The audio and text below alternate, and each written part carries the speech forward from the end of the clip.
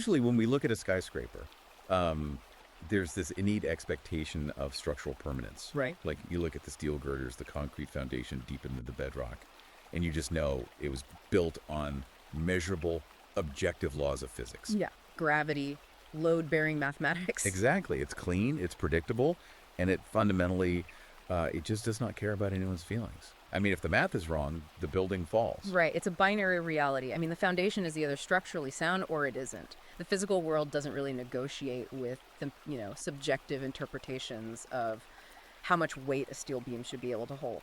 But the social landscape we are standing on today, the architecture of our cultural institutions, the shifting rules of modern dating, the corporate environment, the legal system, it's completely inverted. Yeah. You're probably looking around at these systems right now, wondering why the goalposts keep moving, and why the old objective rules of the game seem to have been quietly rewritten overnight. So today's deep dive is an unvarnished look at a controversial new manual that claims not only that the foundation is cracking, but that the demolition was entirely intentional. Yeah, we are doing a massive, comprehensive review of a book called Abandonment of Truth: Hysterical Leftist Zombies and Their War on Psychological Safety. Which is the title for sure. It is. It's a staggering, ultra-long, and highly provocative 2026 ebook by Conrad Riker, and it is a dense, deeply philosophical piece of work aimed directly at explaining the historical mechanics behind this cultural inversion we're seeing. It's specifically written for the men's rights activist audience and red-pilled manosphere men who are trying to understand the history of our institutions before they were allegedly captured by feminists and Marxists. Right. And before we jump into the deep end, let me lay out the mission for today. We're going to unpack Riker's extensive arguments detailing how foundational Western institutions were supposedly captured step by step. Step by step, yeah. And we're also going to explore the intense, actionable blueprint he believes men must adopt to reclaim their psychological sovereignty.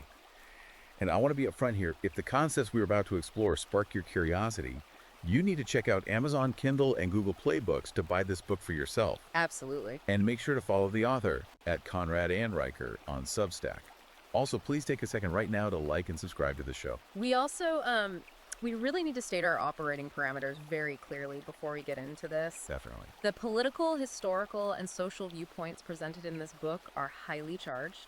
Our job on this deep dive is to act as your impartial analysts. We are not endorsing Riker's views, nor are we condemning them, We're not taking sides here. Exactly. We are here to impartially report, synthesize, and unpack the author's arguments in full detail so you, the listener, can understand the original source material and just, make your own judgments. Okay, so we are dissecting the architecture of his argument piece by piece. And the bedrock of Riker's entire worldview rests on a concept he calls the gynocentric matrix. Right. And he isn't just using that as like a buzzword. He frames it as a highly sophisticated biological trap. To understand Riker's premise here, you really have to strip away modern sociology and look purely at evolutionary biology. Riker argues that modern society operates as a system centered completely around female needs and emotional states. But the matrix doesn't sustain itself through overt physical force. No, not at all. Huh? Instead, it weaponizes a man's most innate, hardwired biological drive, which is the evolutionary imperative to protect and provide. It's essentially taking a man's greatest utility, his willingness to sacrifice himself for the tribe, and turning it into a leash. That is the exact core mechanism. I mean, men are biologically wired to secure their environment, shield their families, and endure hardship to gather resources. Riker posits that this gynocentric matrix hijacks that noble instinct by attaching it to the constant looming threat of abandonment. Oh, wow.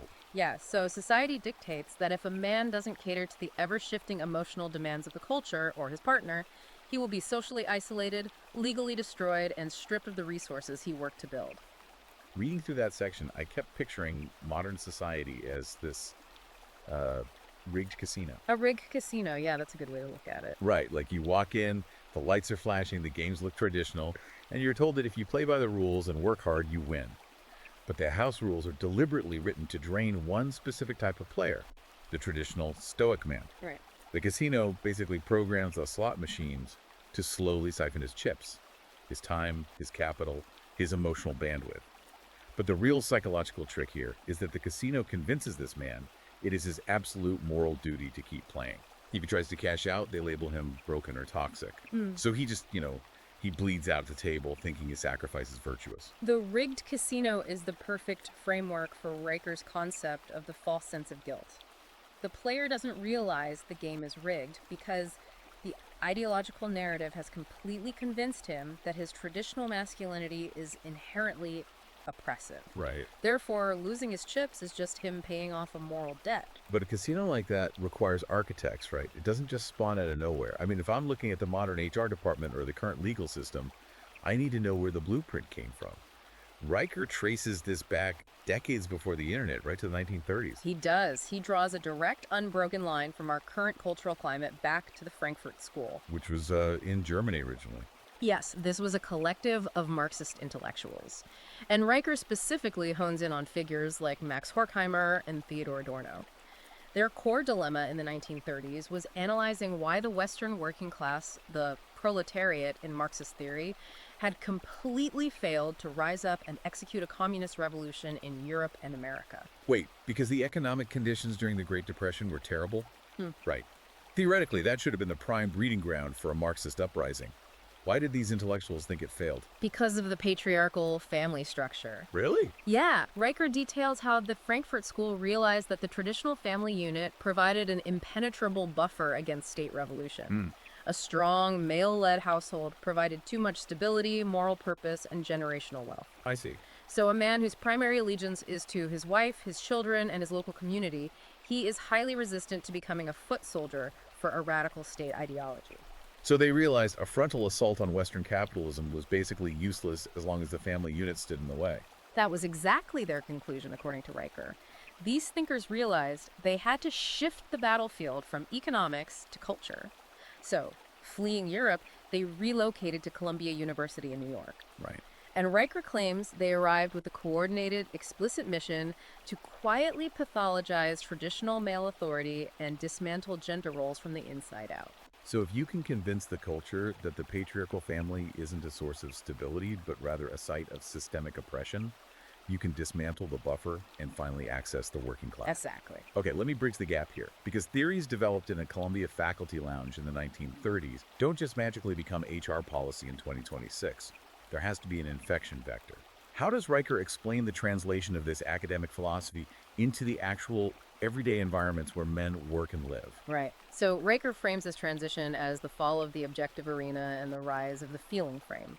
He draws a hard battle line between two fundamentally opposed epistemologies, meaning two entirely different ways of determining what is true. Let's unpack the objective arena first, because this is the foundation we supposedly lost. The objective arena is the historical inheritance of Western civilization. Riker describes it as a system built on Roman law, Judeo-Christian theology, and the rigorous scientific methods of Enlightenment thinkers. Like John Locke, Francis Bacon, Immanuel Kant, Isaac Newton. Yes, all of them. But the absolute bedrock of this arena is Aristotelian logic. Specifically, the law of non-contradiction, A is A. So a man is a man, a fact is a fact, regardless of how it makes the observer feel. Correct. In the objective arena, truth is established through measurable data, repeated experimentation, and the brutal friction of unvarnished debate. Right. The arena completely disregards the emotional sensitivities of the participants. If a bridge design is mathematically flawed, the engineer's feelings about the design are utterly irrelevant. Obviously. Riker argues that this ruthless adherence to objective reality is what built skyscrapers, cured diseases, and put men on the moon. But then we step into the modern era, and the rules of the casino change. We enter what Riker calls the feeling frame. The feeling frame operates on an entirely different mechanism. It's built on standpoint epistemology and the concept of lived experience. And lived experience is everywhere now. It is. In this frame, truth is no longer objective. It is entirely subjective and tethered to the observer's identity and emotional state. Standpoint epistemology dictates that marginalized individuals have a truer understanding of reality simply because of their lived experience. Which means an objective fact can literally be dismissed if it causes subjective emotional distress to someone lower on the privilege hierarchy. Exactly. Which introduces one of the most aggressive concepts in the entire book. He calls it emotional arbitrage. Riker is basically describing a new tax system. Yes. He defines emotional arbitrage as the systemic process where corporate HR departments and leftist institutions use female-coded fragility to rule over the strong. Wow. Riker argues that because modern institutional leaders cannot compete with rational men on the basis of logic, mathematical output, or objective competence, they force men to communicate in an emotionally stunted, hypersensitive language. So rational men are essentially taxed. They're drained of their time, their energy, and their capital to subsidize the emotional deficits and neuroticism of the masses. Yes, that's exactly his point. And HR acts as the casino pit boss, enforcing the tax. The book brings up Amy Edmondson's 2014 popularization of psychological safety as the prime example of this mutation. Right, and it's a brilliant case study in linguistic hijacking. Because originally, psychological safety was a pragmatic, objective concept. What did it mean originally? It meant creating a workplace environment where an employee felt free to take intellectual risks or point out fatal flaws without fear of retribution. Right, like a junior engineer feeling safe enough to tell the CEO, our new product line is going to catch fire and destroy the company. It was about protecting the flow of hard truths. But Riker demonstrates how that concept was inverted. HR departments weaponized the phrase, turning it into a demand for total emotional homogeneity.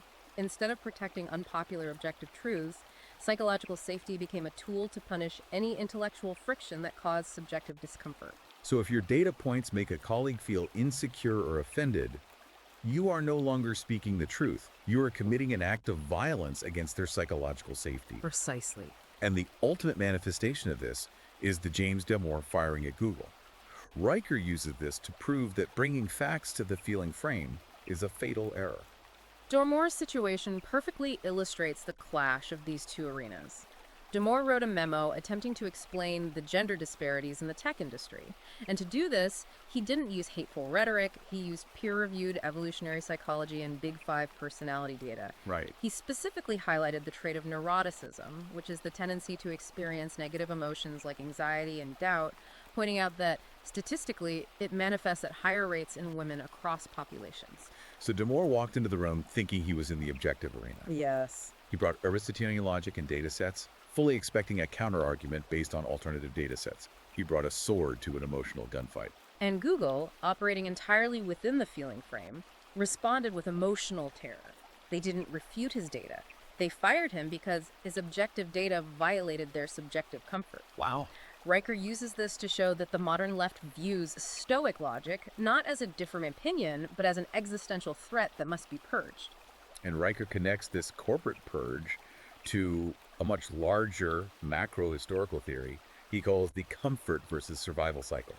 It's essentially his explanation for why civilizations rise and inevitably rot. The comfort versus survival cycle posits that human history oscillates between two distinct states. State A is a male-led environment defined by survival, scarcity, and extreme physical challenge. Okay. This crucible demands rigid, patriarchal order, hyper-competence, and relentless technological innovation just to keep the tribe alive. Hard times create strong men, essentially. A highly sophisticated version of that, yes. And then State B is the inevitable result of State A's success. It is a female-led state of comfort, abundance, and total complacency. In State B, the brutal realities of nature are kept at bay by the infrastructure built during State A. Because survival is guaranteed, the culture dissolves its boundaries. Objective truth is discarded in favor of emotional hedonism. So where does it lead? Riker theorizes that State B always ends in societal collapse, because the individuals consuming the vast resources inevitably grow to resent and punish the Stoic men who are still producing and maintaining those resources. So they bite the hand that feeds them. Exactly. And Riker firmly believes we are currently in the terminal stages of the comfort cycle. But wait, if we go back to the rigged casino metaphor, HR departments in corporate cultures are just the floor managers. You can always quit your job at Google. You can just walk out of the building. But Riker argues that the reason men are trapped is because this feeling frame isn't just enforced by HR. It's backed up by the brute force of the state. Yes, and this brings us to the legal architecture of what Riker calls structural abandonment. Structural abandonment. Riker makes the terrifying case that the foundational social contract of Western society has been explicitly broken for men. We're talking about the Lockean social contract here, right? Yes. The basic agreement that citizens consent to be governed and surrender certain absolute freedoms in exchange for the state protecting their life, liberty, and property. Riker is saying the state no longer upholds its end of the bargain for men. He lays out a meticulous chronological timeline of legislative milestones to prove that the state has actively turned its enforcement mechanisms against male citizens. And the starting line for structural abandonment, according to Riker, is the 1969 introduction of no-fault divorce. Let's dissect the mechanics of that, because Yeah. prior to 1969, marriage was treated as a heavily guarded mutual contract. Right, it was rooted in Roman civics and Judeo-Christian ethics. Dissolving a marriage before 1969 required proving fault, adultery, abandonment, extreme cruelty. It was a binding contract. Right. Riker argues that the overnight shift to no-fault divorce fundamentally altered the legal reality of marriage, turning it into a unilateral, state-enforced wealth transfer mechanism. So in the casino metaphor, this is the house suddenly announcing they can seize half your chips at any moment, for any reason, without you breaking a single rule. And often rewarding the party who breaks the contract. Wow. Riker asserts that no-fault divorce financially penalizes male self-sacrifice and the provision of resources, while actively rewarding female boredom or dissatisfaction. Oh, so. Well, the system allows a woman to unilaterally destroy a family unit, take custody of the children, extract future earnings through alimony, and claim she is on a journey of self-discovery, all while the broader culture applauds her bravery. That covers the financial extraction. But Riker moves into even darker territory by detailing the actual criminalization of male behavior. He points to 1981 and the creation of the Duluth Delusion. He is referring to the Duluth model designed by Ellen Kuntz. This became the ubiquitous framework for handling domestic violence in the United States. Riker calls it a flagrant anti-male legal framework that institutionalized the pathologizing of the patriarch. The Duluth model operates on a power and control wheel, which frames almost all male assertiveness, logical boundary setting, or raised voices during domestic disputes as systemic patriarchal violence. And he pairs the Duluth model with the 1994 Violence Against Women Act, or VAWA. It is. VAWA is the federal engine that funded the implementation of the Duluth model. Riker argues that VAWA institutionalized mandatory arrest policies and primary aggressor laws. Right. The functional design of these laws, according to the book, disproportionately targets men. If the police are called to a domestic dispute, the legal framework is heavily skewed toward removing the man from his own property, regardless of who initiated the conflict. Okay. Riker claims these laws make a man's property, physical liberty, and access to his children incredibly vulnerable to a partner's momentary emotional volatility or strategic vindictiveness. Okay, hold on. Let me push back here, because this is where Riker's argument is going to hit a wall for a lot of people. Riker has to acknowledge that domestic violence is a horrific, real-world issue. Of course. These laws didn't just fall out of the sky for no reason. They were drafted to protect vulnerable people from actual physical abuse. How can he paint VAWA as a purely extortionate racket? I mean, doesn't the author acknowledge the original protective intent behind these laws? It's a fair question, but Riker anticipates that exact criticism. And he ruthlessly rejects the premise that stated intent matters more than functional design. Really? Yes, he acknowledges that physical violence exists, but he argues that the legal apparatus built to address it has metastasized into a weapon. His point is that while the stated intent might be the protection of battered women, the functional execution of these laws is designed to penalize normal male assertiveness and create a massive, federally funded bureaucratic industry. He applies that exact same logic to college campuses too, right? Focusing on an explosive shift in 2011. April 4, 2011, to be exact, with the Department of Education's Dear Colleague letter. The Dear Colleague letter is a critical pillar in Riker's theory of epistemological warfare. How so? Through the Office for Civil Rights, the federal government weaponized Title IX by threatening to pull federal funding from any university that didn't adopt new draconian guidelines for handling sexual assault accusations on campus. It effectively forced universities to become a shadow justice system. But how did it change the actual rules of evidence? It dismantled 8 centuries of Enlightenment-based legal precedent with the stroke of a pen. The letter mandated that universities lower the standard of evidence for guilt from clear and convincing evidence down to a preponderance of the evidence. Which means It means 50.01% certainty, a literal coin toss. If a campus administrator is 50.01% sure an assault occurred, the accused is found guilty. Furthermore, the new guidelines stripped the accused of the presumption of innocence, denied them the right to legal counsel during hearings, and created secret campus tribunals. secret tribunals. Yes, Riker points out that these are functionally identical to the 15th century Star Chambers in England. Secret courts where the accused had no right to a jury, no strict rules of evidence, and often no right to cross-examine their accuser. He illustrates the sheer absurdity of this system with the 2016 Doe v. Brandeis University case. It is his prime example of the star chamber in action. Mm. In the Brandeis case, a male student was dragged before a university tribunal and found guilty of sexual misconduct for a non-consensual kiss. Okay. The staggering part is that this kiss allegedly happened years prior, within the context of an ongoing, fully consensual romantic relationship. And the university destroyed his academic career over a 50.01% feeling about a kiss from years ago without a lawyer present. Exactly. It became so egregious that federal judge F. Dennis Saylor IV eventually had to intervene. The judge ruled that Brandeis University's process was fundamentally flawed, lacking even the most basic elements of fairness or due process. So a federal judge had to step in. Yes. And for Riker, the fact that a federal judge had to save a man from a multi-million-dollar academic institution's secret emotional court proves that the system is not designed for justice. It is designed for administrative terror. And what does he think the motivation was? He argues the motivation was extortionate. Universities artificially inflated their campus sexual assault statistics to justify bloating their administrative budgets and hiring armies of diversity and inclusion apparatchiks. So we have the HR departments enforcing emotional arbitrage. We have the legal system rewriting marriage into a unilateral wealth transfer, and college campuses running secret star chambers. Riker argues that navigating this state-sponsored hostility, living under the constant, agonizing threat of sudden legal and financial ruin, has predictably devastating effects on the male psyche. It induces a state of chronic, low-grade psychological terror. And this transitions Riker directly into his blistering critique of the modern mental health crisis. He anchors this section with some incredibly grim data. He pulls mortality reports from the CDC for the years 2021 and 2022, highlighting that the male suicide rate in the United States is nearly 4 times higher than the female rate. 4 times. He doesn't cite that statistic to elicit pity from the Matrix, though. He uses it as a searing indictment of the modern therapeutic establishment. Riker argues that modern therapy is not just failing men, it is actively accelerating their destruction because counseling psychology has been fully captured by leftist activism. So when a man realizes the casino is rigged and seeks help, the therapist is essentially a casino employee offering him a complimentary drink to numb the pain while continuing to empty his pockets.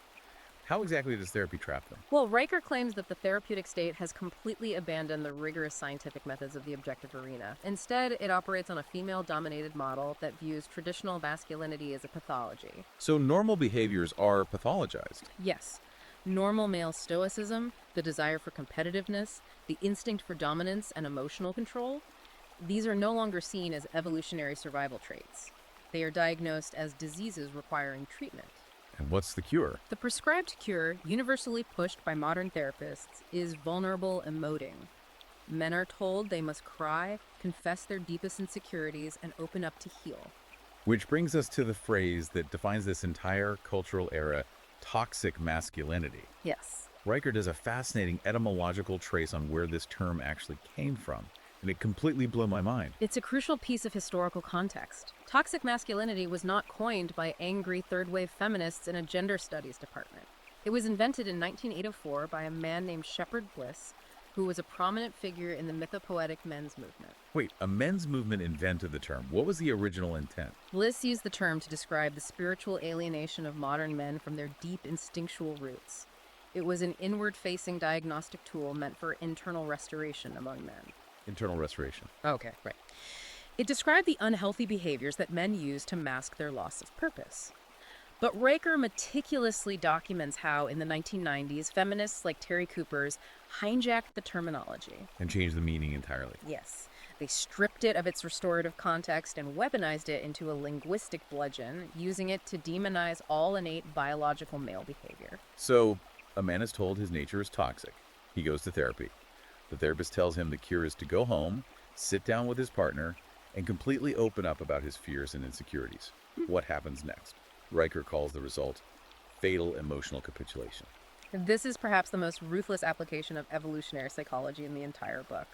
Riker argues that female hypergamy, the hardwired biological drive for women to seek out partners of higher status, capability, and strength, never actually went away just because society got comfortable. Right. Hypergamy demands psychological resilience. So when a man follows the therapist's advice and tearfully confesses his deep insecurities to his wife, he is signaling a fundamental lack of the very resilience her biology demands.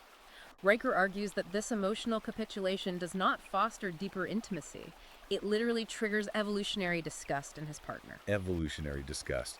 That is intense. It is. Riker formulates a brutal logical syllogism: if female hypergamy seeks unshakable strength, and a man's emotional confession signals weakness, then practicing the modern therapeutic model of open communication actively destroys relational respect. The therapist tells you to take off your armor to get comfortable, and the moment you do, you catch a spear to the chest. Revealing the chink in your armor triggers the exact abandonment the man was terrified of in the first place. Precisely. By following the Matrix's rules to be vulnerable, the man engineers his own demise. This paints an incredibly bleak picture. I mean, if therapy is a trap, if opening up to your partner triggers evolutionary disgust, and if the entire corporate and legal structure is a rigged casino designed to drain you, what is a man supposed to do? Riker doesn't just leave the reader in despair, does he? No, he shifts gears entirely. The final third of the book moves from sociological critique to a tactical operational manual. An operational manual. Yes, Riker lays out a highly specific, disciplined blueprint for surviving the Matrix by building what he calls the Stoic core and retreating to the inner citadel. Let's break down these protocols. It all starts with a total redefinition of Stoicism, moving away from the modern pop psychology version and back to the ancient Greek concept of apatheia.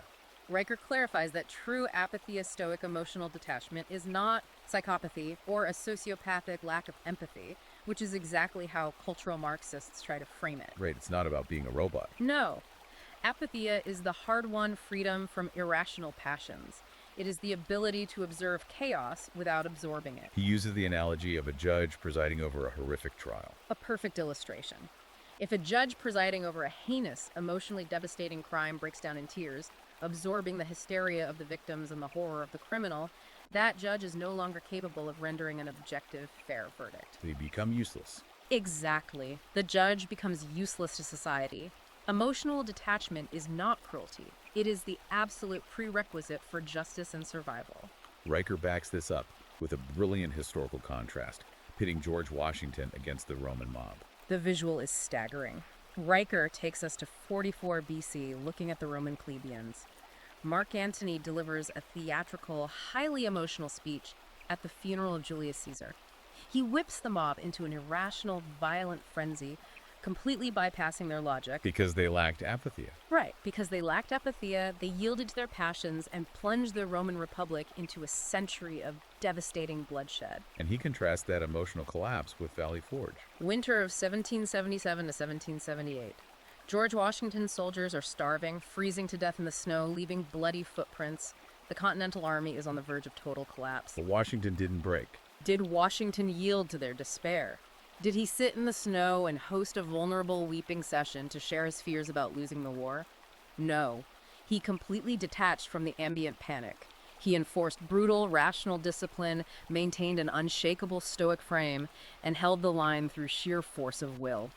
Washington's apatheia saved the American Republic. Bringing that historical weight down to modern interpersonal dynamics, Riker introduces what he calls the silence protocol. The silence protocol is Riker's supreme tactical method for maintaining frame control in everyday life. When a man is faced with emotional terrorism, guilt trips, or irrational demands from his partner, HR, or society, the absolute worst thing he can do is respond emotionally. Why is that the worst thing? Because reactivity is the currency of the feeling frame. Any verbal response driven by anger or defensiveness transfers his power to the attacker. The disciplined, absolute refusal to respond, the silence protocol, is his impenetrable shield. And Riker gets highly physiological with this advice. He breaks down the actual biology of what happens in a man's brain when his boundaries are tested. He maps it directly to the anterior cingulate cortex. When a man considers setting a firm boundary or feels the looming threat of relational abandonment, this part of the brain lights up. And it causes physical symptoms. It manifests physically. A sudden tightness in the chest, a cold sweat creeping up the spine, a spike in heart rate. The Matrix trains men to interpret this biological alarm as a sign they have done something wrong, prompting them to capitulate and apologize. So Riker demands men reframe the alarm itself. Exactly. Riker instructs men to consciously decouple that physical sensation from psychological panic. That tightness in the chest is not a mandate to surrender. It is a biological signal telling you the enemy is at the gates. Okay. It is the cue to retreat to your inner citadel, bite your tongue, and hold your ground in absolute silence. But practically speaking, does a man ever share anything? If he is completely silent and armored, he's a robot. Riker isn't advocating for muteness. He introduces strategic disclosure. This is the stark opposite of fatal emotional capitulation. How does it work? A man should only ever reveal weaknesses or traumas that he has already conquered. You share a past struggle only to demonstrate your immense capacity to overcome it.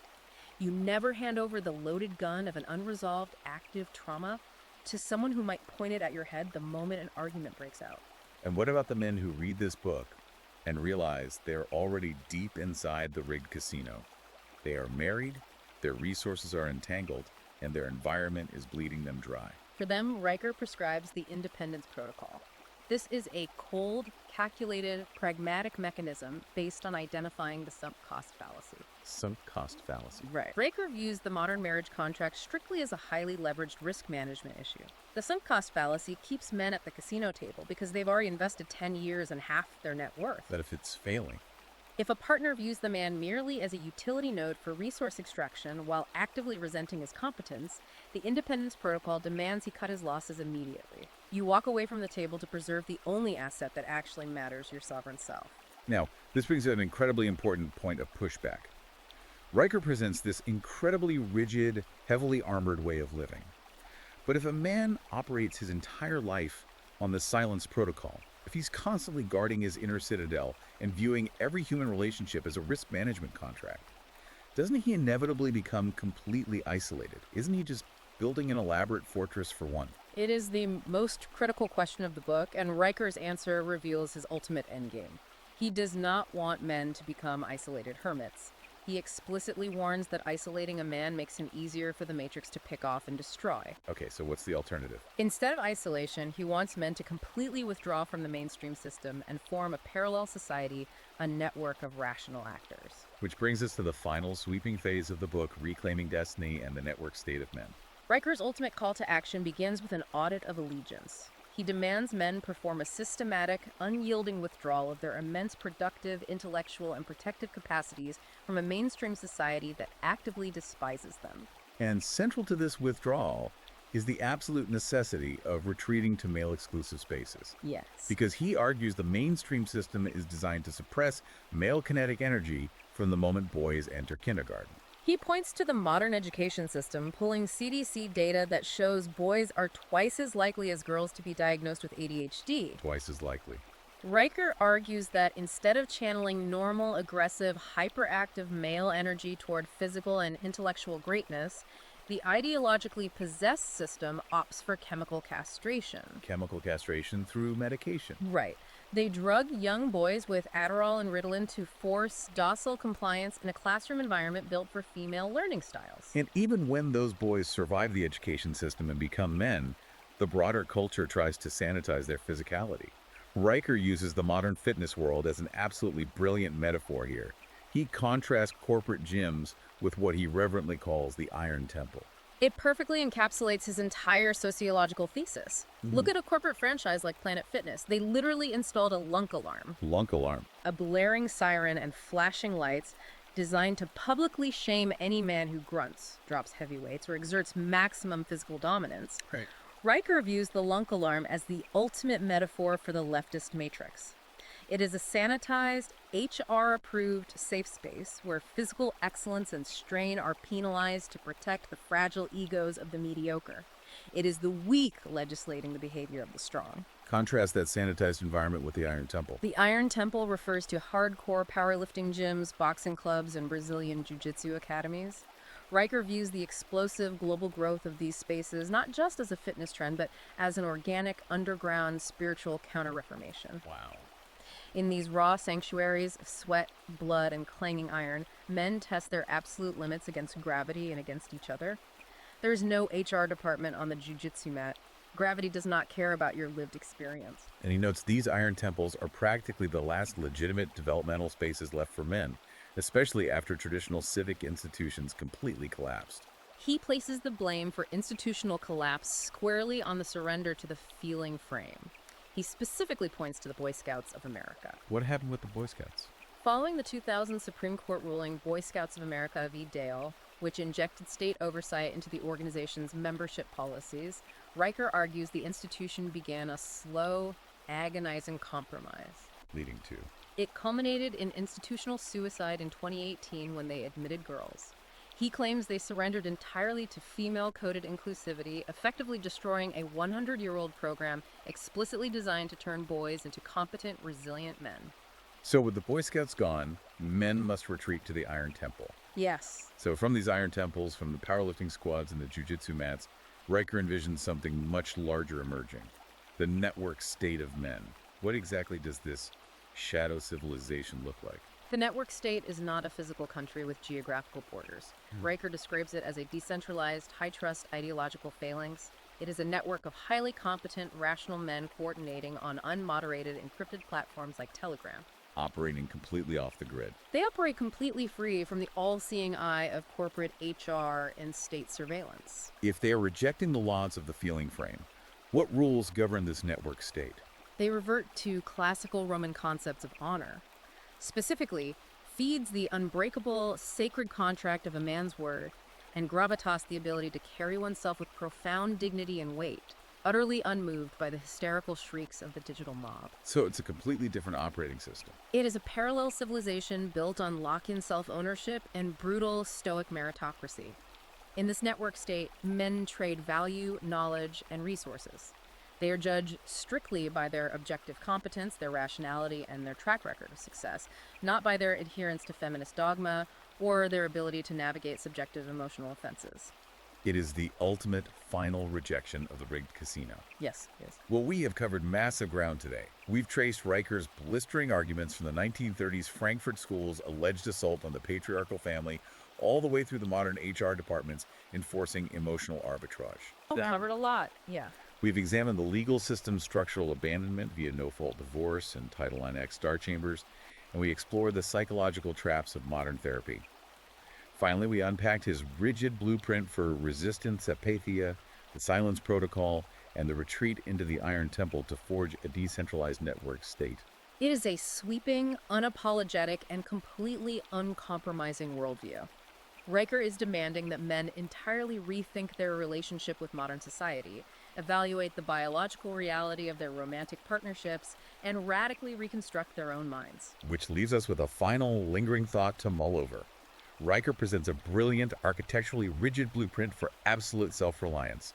He hands men the tactical tools to build an impenetrable inner citadel, to protect themselves from the chaos, extraction, and emotional volatility of the modern world. But it leaves you wondering, if a man perfectly seals off his inner citadel, systematically cutting all ties to vulnerability, viewing every interaction through the lens of risk management, and trusting only the brothers in his network state, does he achieve ultimate sovereign freedom? Or does he risk turning his impenetrable fortress into a solitary confinement cell? That is the profound paradox of wearing armor. It successfully deflects the spear, but it also numbs you to the warmth of the sun. It's a tension the reader must resolve for themselves. And that wraps up today's deep dive. If these concepts sparked your curiosity, if you want to explore the dense historical and philosophical arguments we unpack today in their full, unvarnished context, you must go to Amazon Kindle or Google Play Books right now to buy Conrad Riker's ebook, Abandonment of Truth. And to join the front lines of this intellectual discussion and see how these protocols are being debated in real time, make sure to follow the author, @ConradAnRiker, on Substack. You can also find his continued analysis by following @ConradAnRiker on YouTube and Twitter. Don't forget to like and subscribe so you never miss a deep dive into the most fascinating, provocative sources out there. Finally, a quick reminder, our mission is to break down the material and give you the insights, but we do not take sides. We leave the final judgment entirely up to you. Thanks for listening, and we'll see you on the next deep dive.